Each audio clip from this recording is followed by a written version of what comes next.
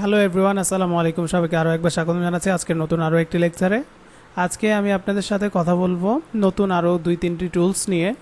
So এই টুলসগুলো আমাদের text অথবা আমাদের শেপের জন্য অনেক বেশি হেল্পফুল হয়। সো আসুন দেখে নেওয়া যাক কোন টুলসগুলো আজকে থাকছে। আজকে আমরা প্রথমত কথা বলবো স্কেল টুল এবং শেয়ার টুল নিয়ে। এরপর আমরা কথা বলবো ফ্রি ট্রান্সফর্ম টুল নিয়ে।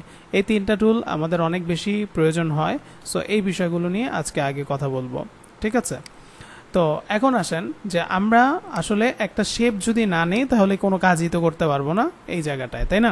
তো আমরা একটা শেপ নিলাম। এখন এই শেপটাকে আপনি ভালো মতো খেয়াল করবেন, এই শেপটা এখন স্কোয়ার আকারে আছে। আমি চাইলে উইথটা শুধু বাড়াইতে পারবো, আবার আমি চাইলে শুধুমাত্র হাইটটা বাড়াইতে পারবো একটা টুলসের সাহায্যে। সেই টুলসটা কি? স্কেল টুল। অর্থাৎ স্কেল মানে স্কেল করবে এটাকে, ঠিক আছে? তো জাস্ট এটাকে আমি এই কর্নারে নিলাম, কিবোর্ডে শিফট চাপ দিয়ে ধরলাম। আমি যদি ডান পাশে আস্তে আস্তে আস্তে আস্তে টান দেই তাহলে দেখেন এটা আমার শুধু দুই পাশ ধরে এইভাবে বড় হলো। কন্ট্রোল জেড, আবার আগের অবস্থায় আসলাম। আবার যদি আমি শিফট চাপ দিয়ে ধরে উপরে নিচে এইভাবে করি তাহলে আমার এভাবে হলো। যদি আমি শিফট ছাড়া করতাম তাহলে যেটা হতো যে আমি যেভাবেই করি সেভাবেই হবে।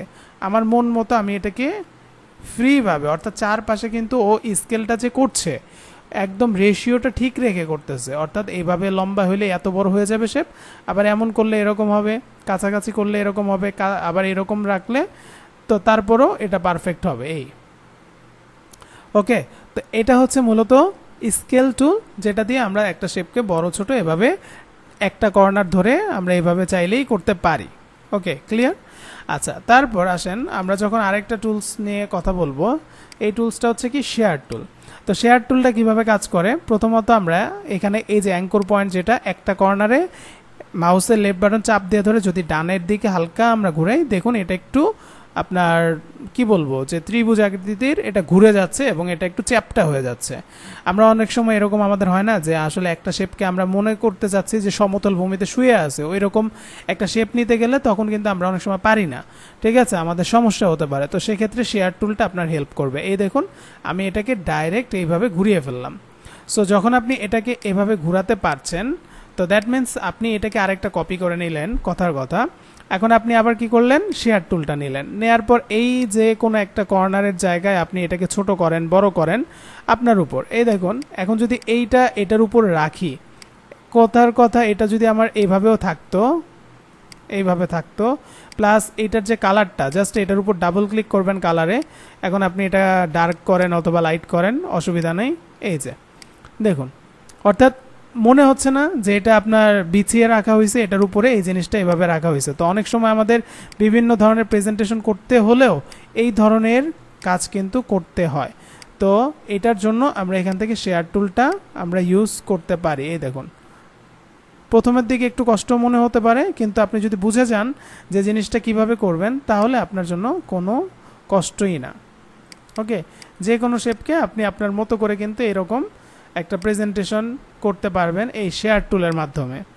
ওকে, আচ্ছা, এখন শেয়ার টুলটা দেখলাম। এখন আসেন আমরা দেখব ফ্রি ট্রান্সফর্ম টুলটা।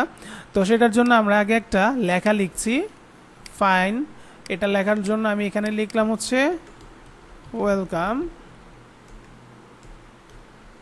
আচ্ছা, এই ওয়েলকাম লেখাটাকে আপনাকে এটা টেক্সট হিসাবে রাখা যাবে না। প্রথমত কি করতে হবে, এটা আমি একটু ছোট করছি, করে আমি এটাকে কি করলাম, রাইট বাটন ক্লিক করলাম। এরপর আমরা এখানে একটা লেখা দেখব ক্রিয়েট আউটলাইন। ক্রিয়েট আউটলাইন করলে এই টেক্সটটাকে আর এডিট করা যাবে না, এটা আমাদের বিভিন্ন সময় প্রয়োজন হবে। আমি যখন বলবো ক্রিয়েট আউটলাইন করেন, সাথে সাথে যাতে এই কাজটা করে ফেলেন আপনারা। সো ক্রিয়েট আউটলাইন করলাম, এটা একটা শেপ হয়ে গেল। এখন এটা টেক্সট নাই, তো শেপ ছাড়া আপনি কিন্তু ফ্রি ট্রান্সফর্ম টুলটা দিয়ে কাজ কিন্তু করতে পারছেন না। তো এখন আমরা এই টেক্সটটাকে নিলাম, নেয়ার পর এখন আমরা কি করতে চাই, আমরা এখান থেকে যেটা করতে চাই যে আমরা এখানে এইটা শেয়ার টুলের নিচের টুলটাই কিন্তু আমাদের এখানে ফ্রি ট্রান্সফর্ম টুল। তো প্রথম অবস্থা এখানে আছে এরকম, আমরা কিন্তু এটা দেখতে পাচ্ছি যে এটা একটা মাঝখানে, যখনই আপনি যে টুল নেবেন, সাপোজ এই টুলটার ক্ষেত্রেই যদি বলি যে আপনার মাঝখানে একটা পয়েন্ট আসছে। আচ্ছা, এখন কিন্তু দেখেন আমি কন্ট্রোল জেড দিয়েছি, যার কারণে এটা কিন্তু আবার এডিটেবল হয়ে গেছে। আচ্ছা, আমরা একটু ট্রাই করি, এটাকে সিলেক্ট করলাম।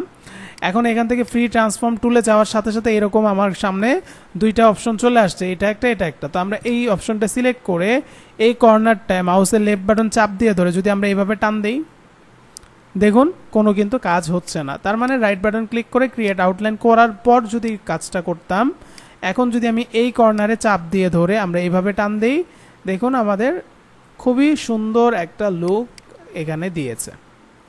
ওকে, তো এইটা যখন আমরা করতে পেরেছি, এখন এটাকেই আমি আবার আপনাদেরকে দেখাই। রাইট বাটন ক্লিক করে আপনি কিন্তু চাইলে ট্রান্সফর্ম রিফ্লেক্ট করতে পারবেন। তো রিফ্লেক্ট করে কপি করে দিলাম। তো কপি করে দিয়ে এটাকে আমি এই পাশে সরিয়ে নিলাম। এখন দেখেন এই দুইটা জিনিসকে যখন আপনি মাঝামাঝিতে এখানে জাস্ট গ্রুপ করে এটাকে আপনি মাঝখানে রাখবেন, কত চমৎকারভাবে আপনি এখানে লুকটা দেখতে পারবেন।